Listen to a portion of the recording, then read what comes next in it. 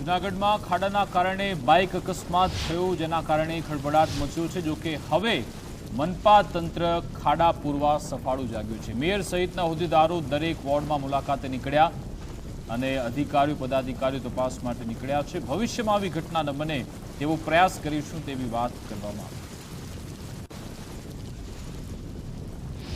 જૂનાગઢમાં ભૂગર્ભ ગટર અને પાણીની લાઈનનું નેટવર્ક પથરાયું હતું।